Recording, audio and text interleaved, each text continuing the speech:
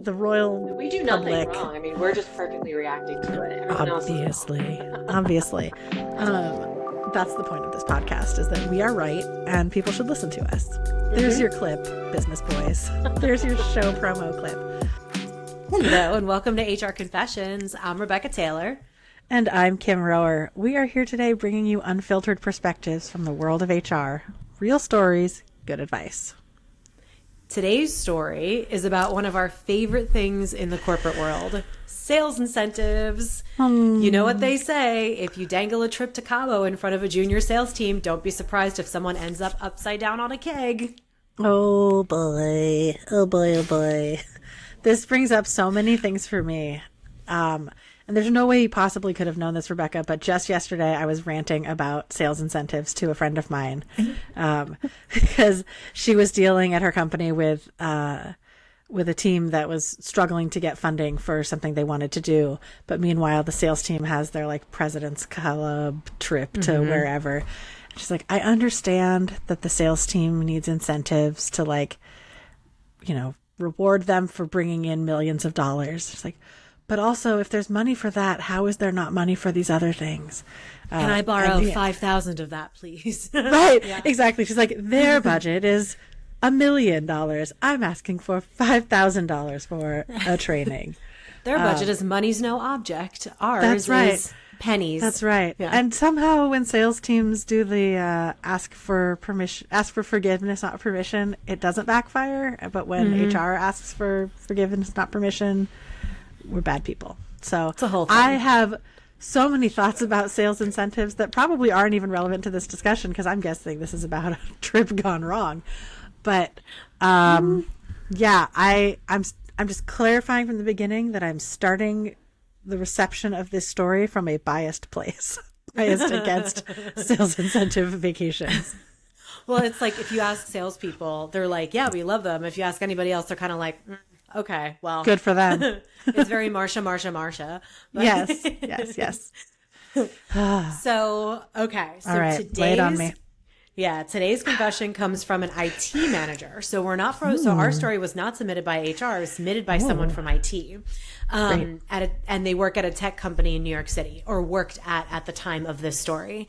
Got it. The place had a younger vibe, so lots of entry-level folks, heavy on the sales team, startup energy, but like with a budget. And it's the kind of place where like, no one reads the handbook. Yeah, I was going to say, so it's like hoodies and fancy tennis shoes. Yes, yeah. Everyone's wearing Allbirds, like those wool shoes that are like really popular. Yeah. Yeah. So are you ready to dive into this? I don't know. Yes. So our friend, we're going to call him Owen. He's the IT manager at this New York City tech company. So it's not a huge company, but it's big enough to have multiple floors in a downtown office building. And because Owen is in IT, he knows everyone, but no one really knows him. He's like Batman in a fleece vest. Like, yes. Just sort of around everywhere. Can I just give a quick shout out to IT managers who are often running solo or very lightly staffed teams and are like the superhero saviors of the HR department so many times. And just like shout out to Mike and Roche at Oyster. Love you. They continue to help me now as a consultant when I like can't get into things. Also, for the record, IT people out there, I love you. I support you. I probably am also your biggest headache because I break things all the time. Same. That's probably a whole other story. Yeah, right. At least I break the IT stuff, though. I don't break the culture, which is like the vibe of this story. Right. So. Exactly. The IT stuff is usually an easier fix, although I am famous for problems that the IT team is like, what? So we should. That'll be the what did you do? IT confessions, where IT people talk about HR people making their life harder. I mean, we talk about on this podcast a lot. We talk about our HR people being our HR heroes, and I just want to put an extra cape on our IT hero because you are all heroes in my heart. Yeah, but Owen, let's hear your story. Thank you. All right. So at the time of our story, the sales team is running a SPIFF. So Kim, we talked about sales incentives. Are you familiar with the term SPIFF and like what it means? I have used the term. I know that I've written SPIFF related documents, and for the life of me, I could not tell you what it stands for right now. So I didn't know either. I had to Google it because I'm like, I know that I've created SPIFFs and I know done what it SPIFFs, is. but what does it stand for? Sales Performance Incentive Fund. Fund. That's the F. Yeah, but like I always spelled it with 2 F's, so I don't know if it's Yeah. just like a fund or like fund. In my mind, I don't know. Yeah. freaking fund. Yeah. But it basically, either way, it basically means let's bribe the team to hustle harder by dangling a shiny prize, no matter how you define it. Everyone else, do more with less. Sales, here's a prize. Spiff it up. Yeah. Yeah. So Spiff it up. So this particular spiff is a tropical vacation for 2. Flights, for 2. hotel, the whole deal. Yep. Nice. And of course, the way you earn entries into the raffle for this spiff is by booking meetings and closing deals. So course. deals are ranked higher, so you get more tickets for those than you do for meetings. So basically, more deals closed equals more tickets. It's a raffle. It's not based on like your ARR closing amount or anything. So it's just like number. Yep. It's a quantity game. Yes, it's a quantity game, and so you can win you can win raffle tickets or earn raffle tickets by booking meetings or closing deals. Emphasis on deals, but meetings get you there too. Because we love a fair spiff. Yes, of course. Sometimes it's not your fault the deal didn't close, but you tried real hard. Right. You still did the things. It's about encouraging the right behaviors, right? Yes. And I will say, I know usually you're the one that like pauses us to reflect, but I'm going to pause to reflect for a second because I really do believe in sales incentive programs that know what they're optimizing for. So it sounds like this one is optimizing for like top and middle of funnel, right? It's optimizing for, are you having meetings? Are those meetings turning into deals? Like, you are incentivizing people to have more meetings to build up their pipeline in that way, instead of an incentive program that's incentivizing like size of deal, which might not have you taking as many meetings, or it's like, so when you're creating these incentive programs, it's important for the sales team to work with the HR team so that you're aligning the performance incentive with the business goal, and you're not just like creating a sales incentive program willy-nilly. You're saying, our goal this quarter is to drive top of funnel meetings, or our goal this quarter is to close as many big fish as possible. Whatever that goal is, that's how you want to create your spiffy spiff. Yeah. And you want a spiff that realistically anybody could qualify for and get on the same playing field. So if you're just doing it as numbers of meetings booked, and this one was just number of deals closed, not dollar amount of those deals. So it's like you could close 1 deal for $1 million or 10 deals for $100. The 10 deals are getting you more raffle tickets. Right. It's not to say one version is right or wrong. It's just like, know what the goal is of your incentive program before you launch a program. Yes. And again, this will depend largely on your business goals, but from an equitability of opportunity standpoint, I like this type of model because often sales teams are divided into like small business, enterprise, blah, blah, blah. And in this case, like, it doesn't matter what level your potential client is at. It doesn't matter what category the deal falls into.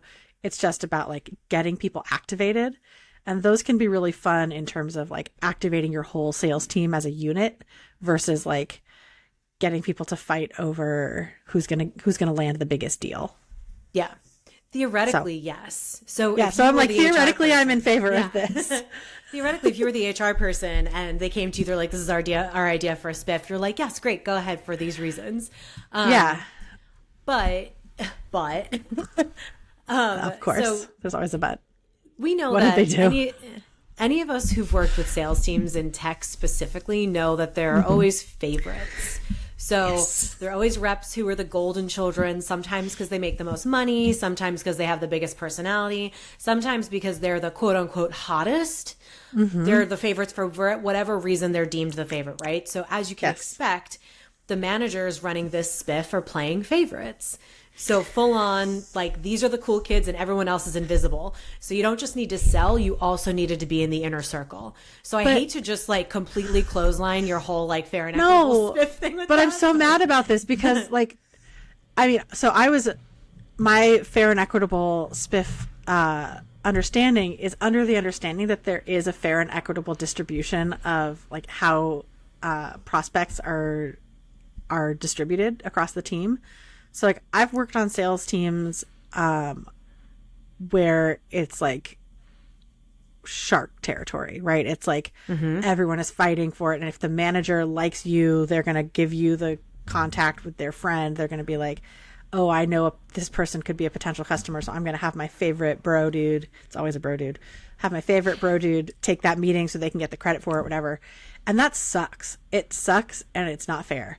But I've worked at, maybe I just am good at picking companies, I don't know, but I've worked at far more companies that have like a rotational system. So no matter who like brings the deal into the company, they like rotate who gets to take the meetings and who does it. Now, if it's like a personal referral or something, that's different. But like when I'll just be like real candid about this because it's not a secret. Like if I have a customer referral to Oyster, it goes into a general sales team pipeline, and whoever is next on the list in the rotation for that geography or that tier, like they get my referral.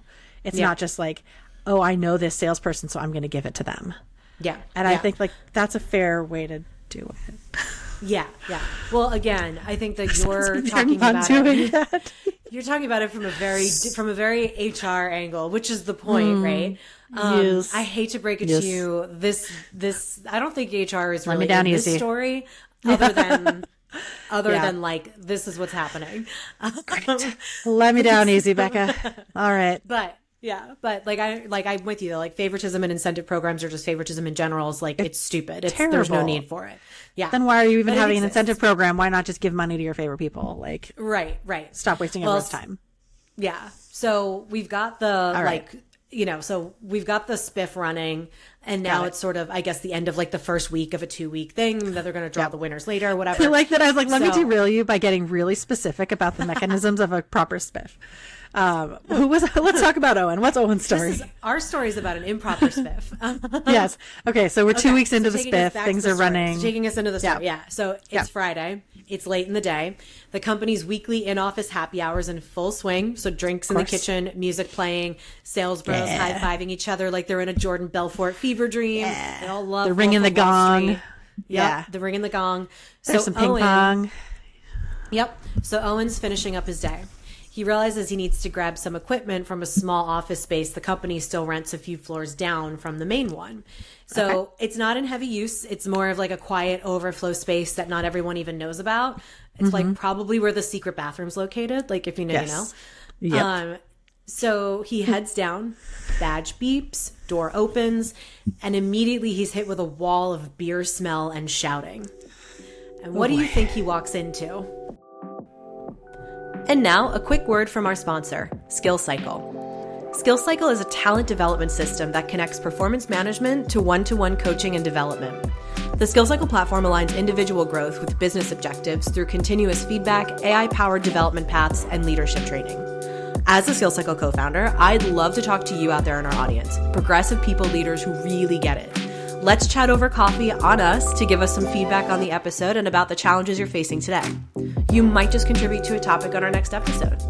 Email us today at hrconfessions@skillcycle.com. That's hrconfessions@skillcycle.com.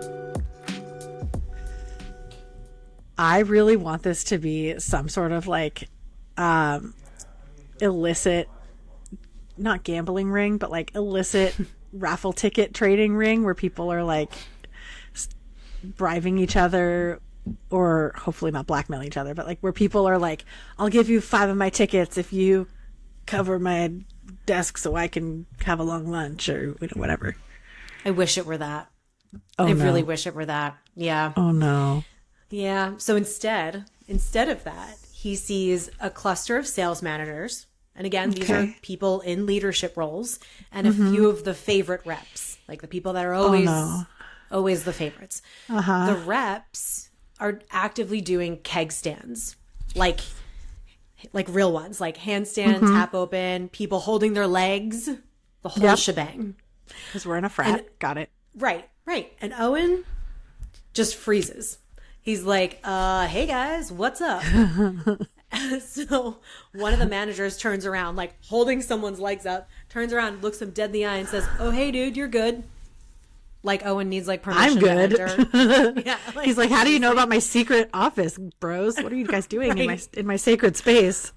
Right. Oh. And I'm just like, what about all this beer around all of this IT equipment that Owen's Yeah. going after too? Like, what is that? But I know. So this another feels rep very pipes up. unsafe. I know. So another rep pipes up. He goes, "Hey, we're going to Cancun." And Owen goes, "Oh, I didn't realize the winner got picked yet." So he's thinking this is like a celebration. Like he's like, "Oh, someone won. They're celebrating." And the manager goes, No, the raffle's next week. But these guys wanted more tickets. So challenge accepted. Regina, you're up next. If you can beat Tom's 40 seconds, you win. So they all laugh. And Owen does not. I imagine he made a sound a lot like you right now, just sighing and is like, ugh.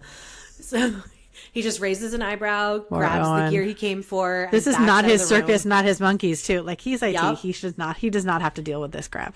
Yup. And he like backs out of the room like he's walking away from a wild animal. Because also remember, these people are probably pretty drunk. And Yeah. the happy hour's been going. So he's probably like, okay, I'm just going to leave.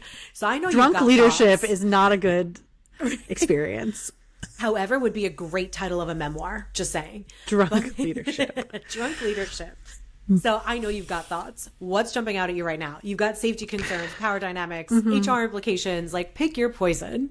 Listen, if I'm Owen, I want to wash my hands of this. I'm not going to pretend I didn't see anything or know anything because there are witnesses who knew I was there. I would immediately find my HR person and be like, I think you should see what's going on down in the room. You need to go check this out.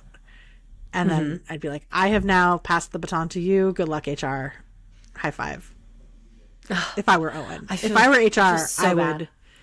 I would feel like, just feel like that's what would happen. And honestly, I think that's what should happen. I think it's okay for Owen to say like, hey, they're doing keg stands in my IT closet.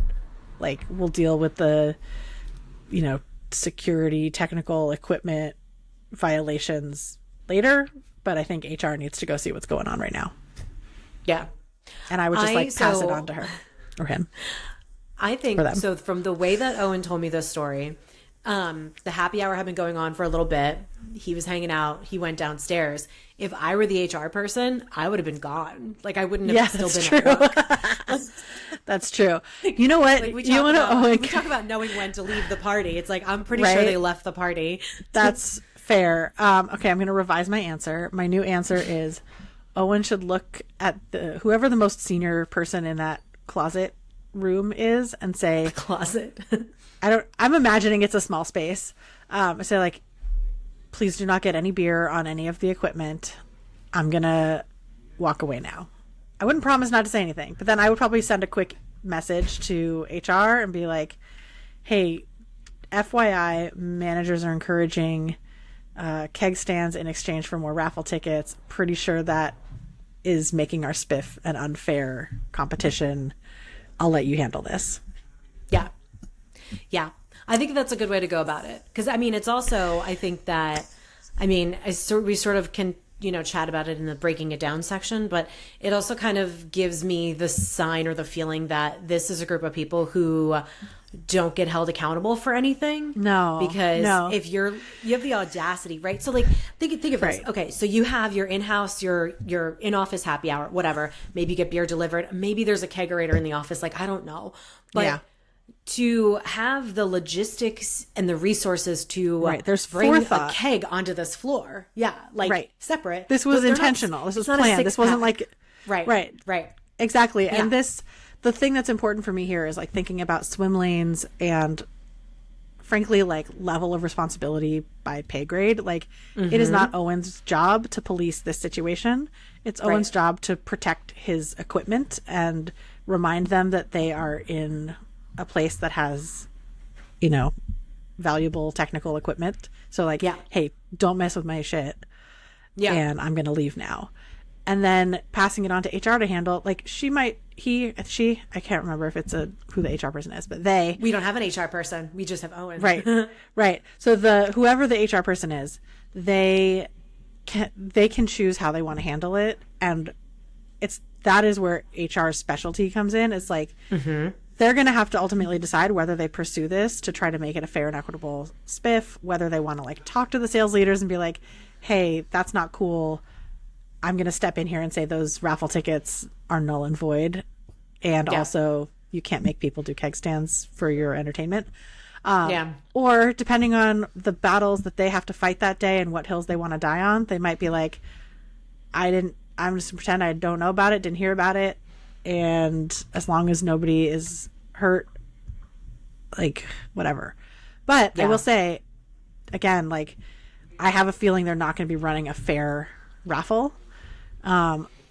Often I have seen in these kinds of incentive programs, there's usually like pretty good tracking of like, here are the stats, here's the leaderboard, here's how many meetings people have. So like we have a record on the back end of, you can do the math, the correlation between meetings and raffle tickets. So like how they're going to explain that these people have extra raffle tickets without meetings documented as part of the competition. Like logistically speaking, this could get complicated and could cause a lot of problems. But again, that's going to be the HR person's call whether they want to pursue it or not. It's probably not going to be their call whether anything's done about it, but it's going to be their call whether they want to pursue it or just like, this is too small peanuts for me. Yeah. So I think I don't know that I would even know how many raffle tickets someone actually has though, because you just get them and throw them in like a pot, right?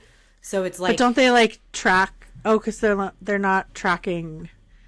Yeah, I guess it depends on. There's a lot of logistics questions. Tickets. Yeah, I think they're just physical tickets. It's like, hey, you closed a deal. Here's a ticket or two or whatever it is. Yeah, easy to cheat. It's not done. I'm so used to doing these things remotely, virtually, where it's like, no, it's not actual literal raffle tickets. It's like zeros and ones in a spreadsheet that can be easily tracked back to your Salesforce or your HubSpot or like your whatever, your CRM. Yeah. So easy to cheat when you just have like a fishbowl. Right. Of just like paper. And I think I would be tempted. So you talked about, and we'll, not to kind of like overshoot the, the break it down part, but like I would be so tempted to want to just like disqualify anybody who was in that room because it's just like, you're disqualified, you cheated. But then I think about it, those sales reps, yes, they're the favorites, but what if they were also coerced? What if like, what if it's like, well, if I don't do this, then I lose my favoritism and clearly I benefit from that. Like, did they have a choice in being there? So it's like my evolved HR perspective is just like, maybe that wouldn't be fair, even though it would feel really good to be like cheaters.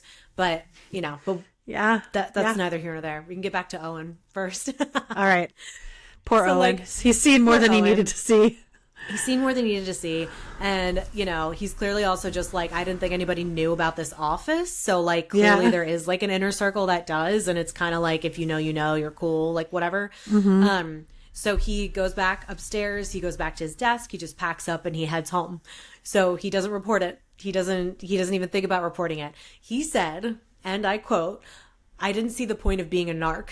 Plus this kind of stuff happened there all the time, but I never forgot what I saw." Oh, so I want to pause here.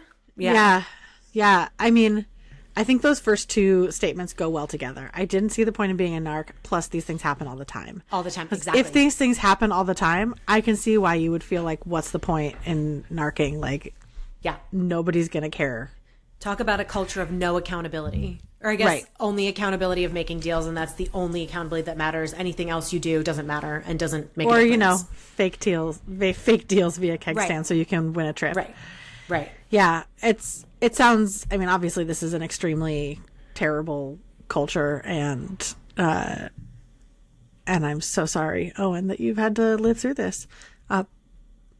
When he says, "I never forgot what I saw," like, I mean, as far as things that you didn't want to see in the office go, like people doing keg stands is like, it could be a lot worse. Oh yeah.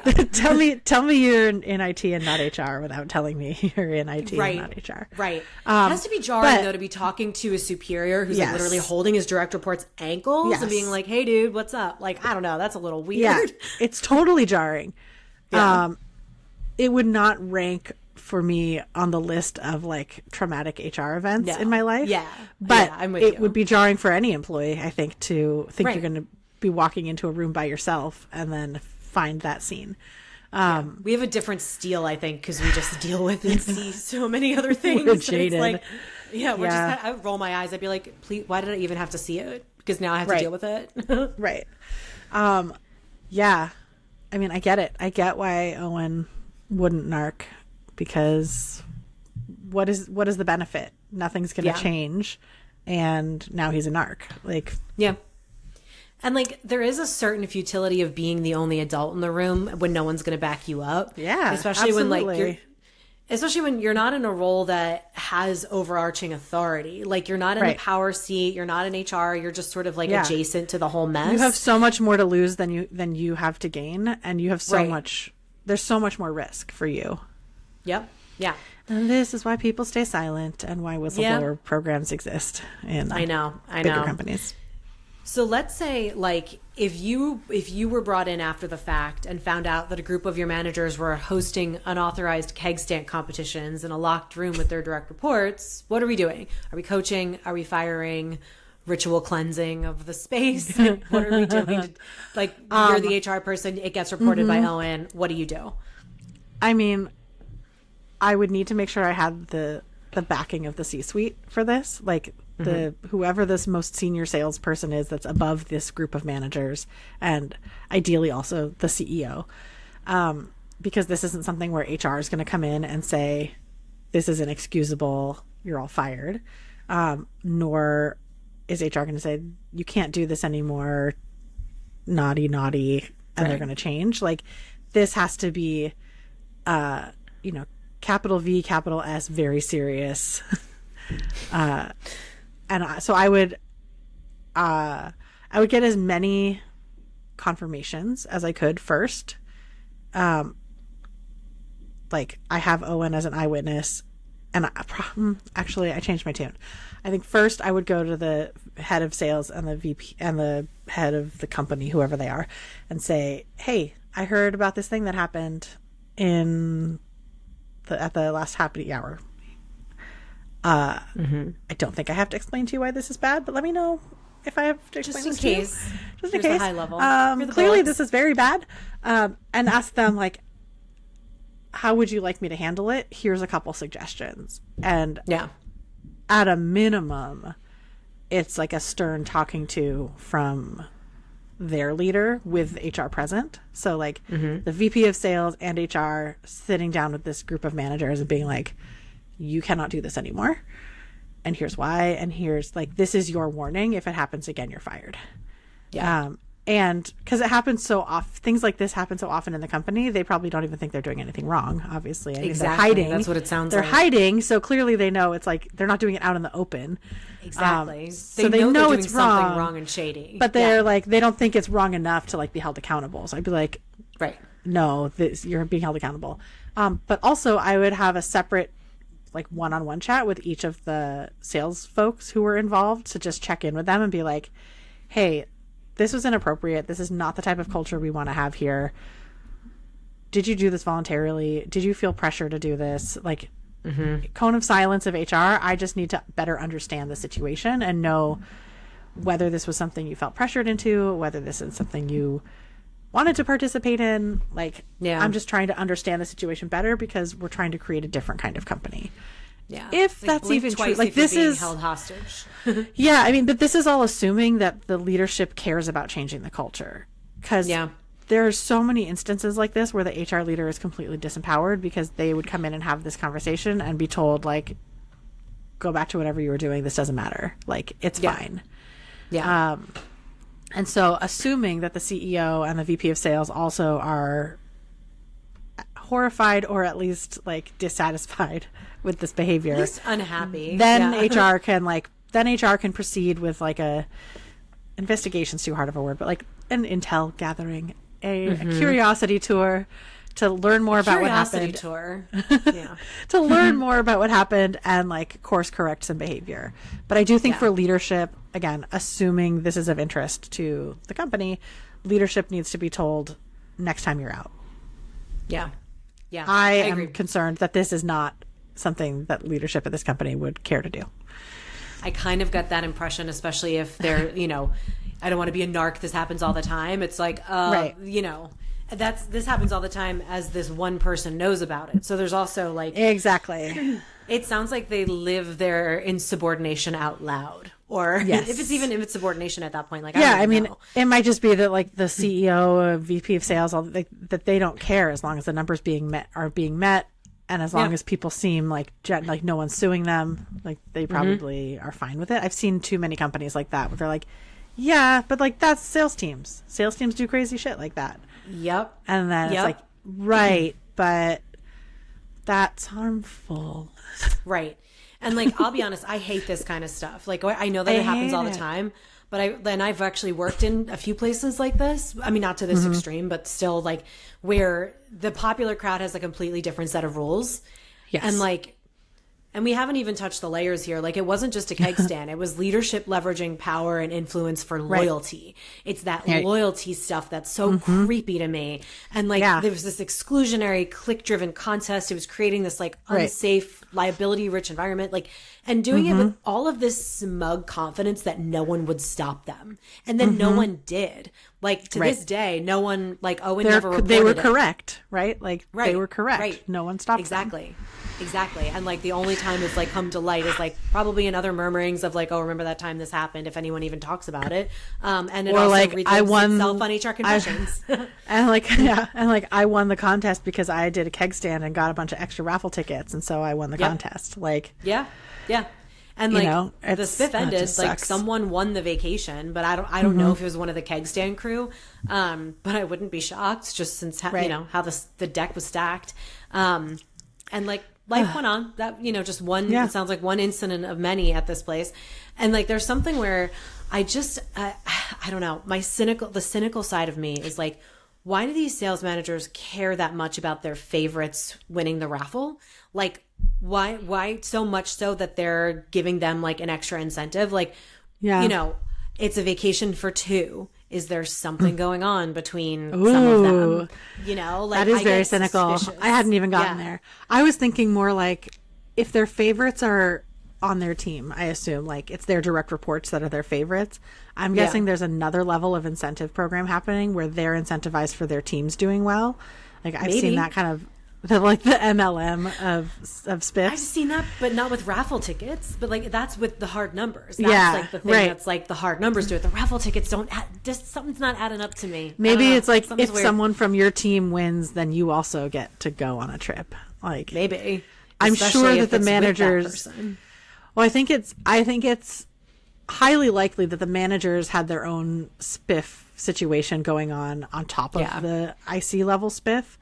And maybe it was, you know, private or secret, or maybe it was even just between them because they're competitive people, like that they're betting, you know, it could be that they're just like betting on their employees. Like, oh, I bet someone from my team's going to win it. And the winner gets, you know, I don't know, maybe everyone put in $100. Yeah. Like, the winner gets the pot, or loser buys drinks for everybody, you know.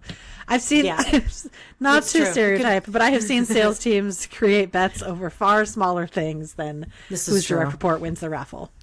Yeah, this is very true. It's a competitive industry. Yeah.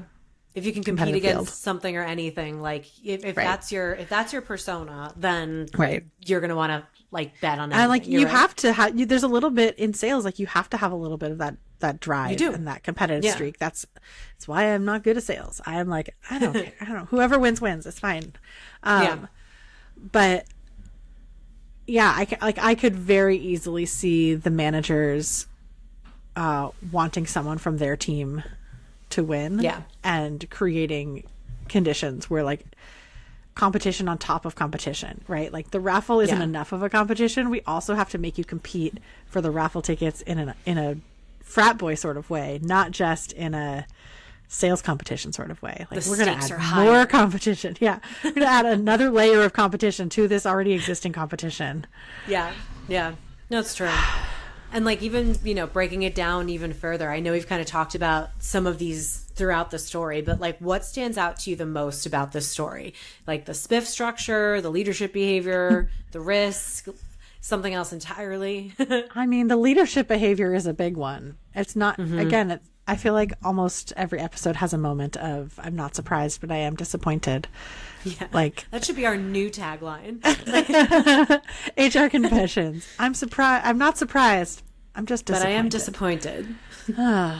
Yeah, I mean, that's because I like SPIFF structure. They should have had a different SPIFF structure.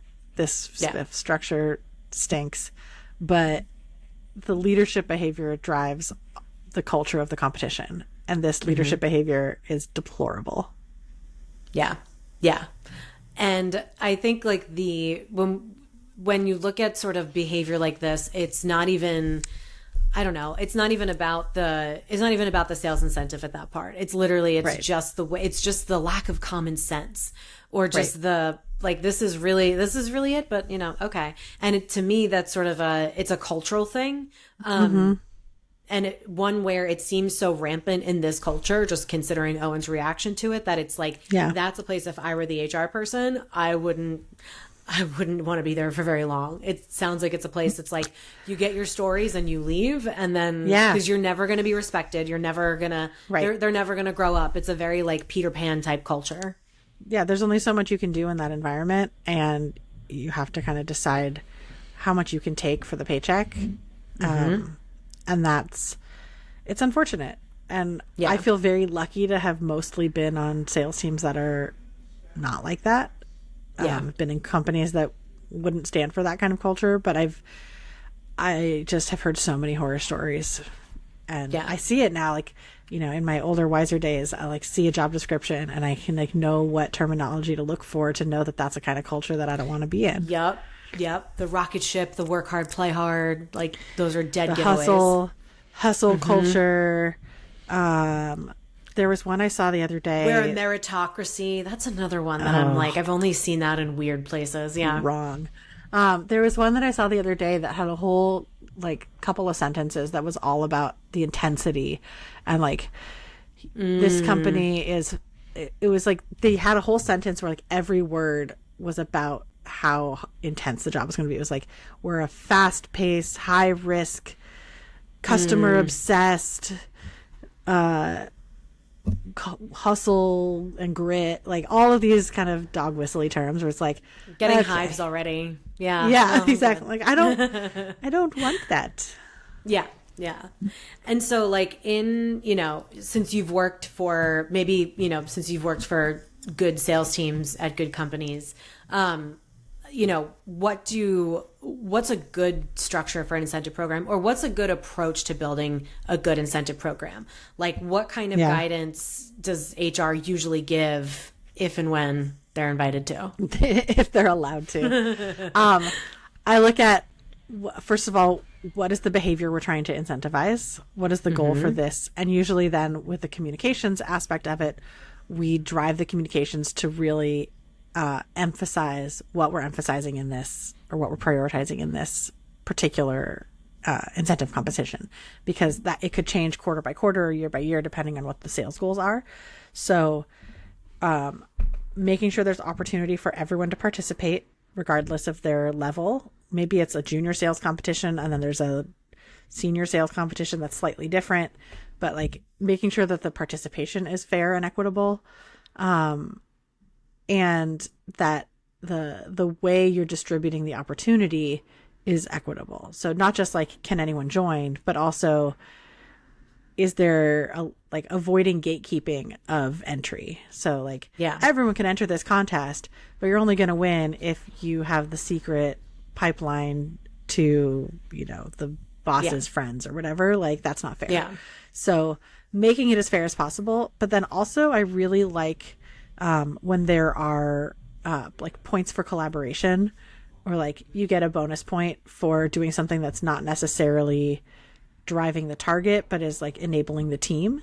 So like I've seen contests before where it's like, it's about number of calls, or it's about like moving people through the pipeline, but you could also earn things for like referring someone to someone else.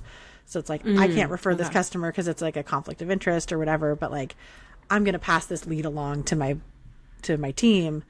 That shows like, collaboration and good faith effort and like teamwork and all these things that like, if that's a part of your values, I guess that's what I would say is like, look at your values as a company and see how you can build this program in line with your values. So like if you value collaboration, how is collaboration a part of this incentive program too?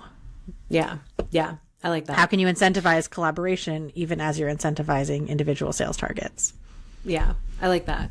It's not how, there's no I in team, right? Right. There's no I in sales. But there is an I in IT. I thought you were going to say there is an I in incentive. There is an I in incentive too. There's an I in SPIFF. There's lots of I's in those. There's lots of I's. Not in team.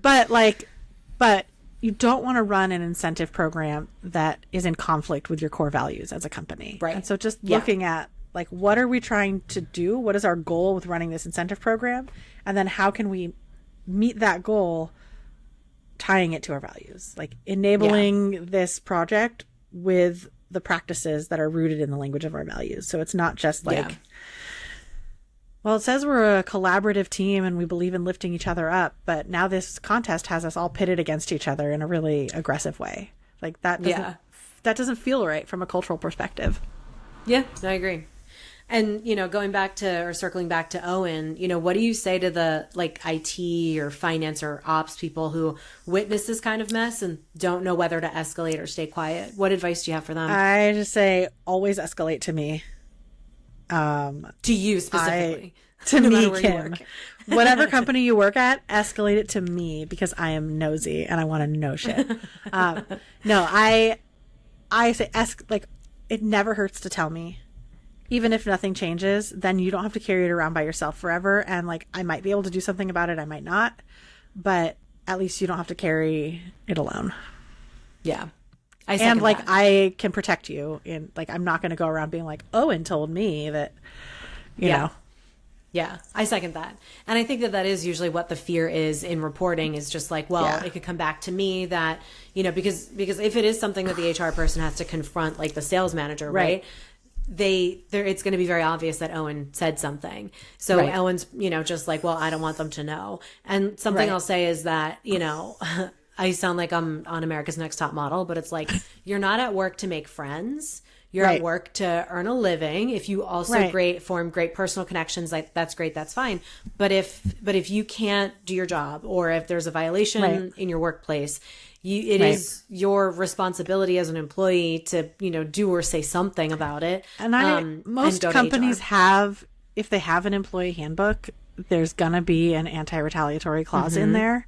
So even if it's not usually enforced, that's something that the HR person could reassure Owen with and say, like, listen, like, I know it might be worrying to you that, like, if I say something to them, they'll know it was you, but like, rest assured, like, we have an anti-retaliation policy in our handbook. Like, I will not let anything bad happen to you because of this. And frankly, like, if those sales bros are like, oh, Owen, you narc, I can't believe you told on us. It's like, there's a lot of liability at stake. What if one of those people had fallen during their keg stand and gotten a concussion? What if someone had gotten alcohol poisoning? What if somebody had, I don't know. There's like so many things that could have gone wrong. Yeah. Yeah. And that's and that's the part of it that's just like, it brings me back to the sales leaders and the sales managers in the story, where it's just like, what made you think that this was the move? Like, why keg stands? Why keg stands? Why not just like, I don't know, why not shotgun a beer like a normal person? Like, why does it have to be, why does it have to be keg stands? It's just the lack of judgment that that required the amount of forethought and foresight that if I were the HR person there, I think that's kind of one of those things that, if a culture doesn't want to change, you can't change it. And, it's like, you can do the best that you can, but at a certain point, the culture, better for worse, is supposed to be bigger than one person. Right. And it's supposed to be bigger than just one person. And if you find that you're trying tooth and nail to change the culture in such an extreme situation as this, it's a sign you're going to burn out. You're going to burn out because if leadership doesn't want to change, you can't convince They're not going to change it for you. No. Yeah. Give it your best shot, get the experience, and then get the freak out of there and go somewhere else, knowing that, these are things to look for in a new organization that you don't want. You want better cultures. Yeah. Agreed. And that's all I have for you. That's all I have for today's episode. That's all? Is that all? That's it. Yeah. I mean, it's no Vegas stripper doing a sales presentation, but it is horrifying. I'm just like imagining the peer pressure to do keg stands in the office to try to win a contest, but it's not even really to try to win the contest. It's just like to curry favor with your boss and stay on their good side. People. And like, yeah, that's like peer pressure is one thing. But then it's like corporate hierarchy pressure. Like, it's just, it's so disappointing to hear. I hate it. And it caters to a very specific demographic of people too, that says this is who belongs here. And that's the big thing, that it's like, if this isn't you, you don't belong here. Right. Yeah, exactly. Yeah. Yep. Culture is about what behaviors are rewarded and what behaviors are not. Yes. Yep. This is true. And, I think that I love that this story came from an IT person. Outside of HR. It was actually someone, outside of HR, because they heard our story about the identity theft that happened when with the phone. And I forget the name of the episode. It was a few episodes ago. But so they remembered they heard that story, and then they contacted me. They're like, "Oh, I've got stories for you." So if you also want to submit your confession, whether you're in HR, ops, IT, or just like a front row seat to the chaos, please, you can hit the link in the show notes to send us your story, or you can email us at hrconfessions@skillcycle.com. We accept. You know who I bet has really good stories, Rebecca?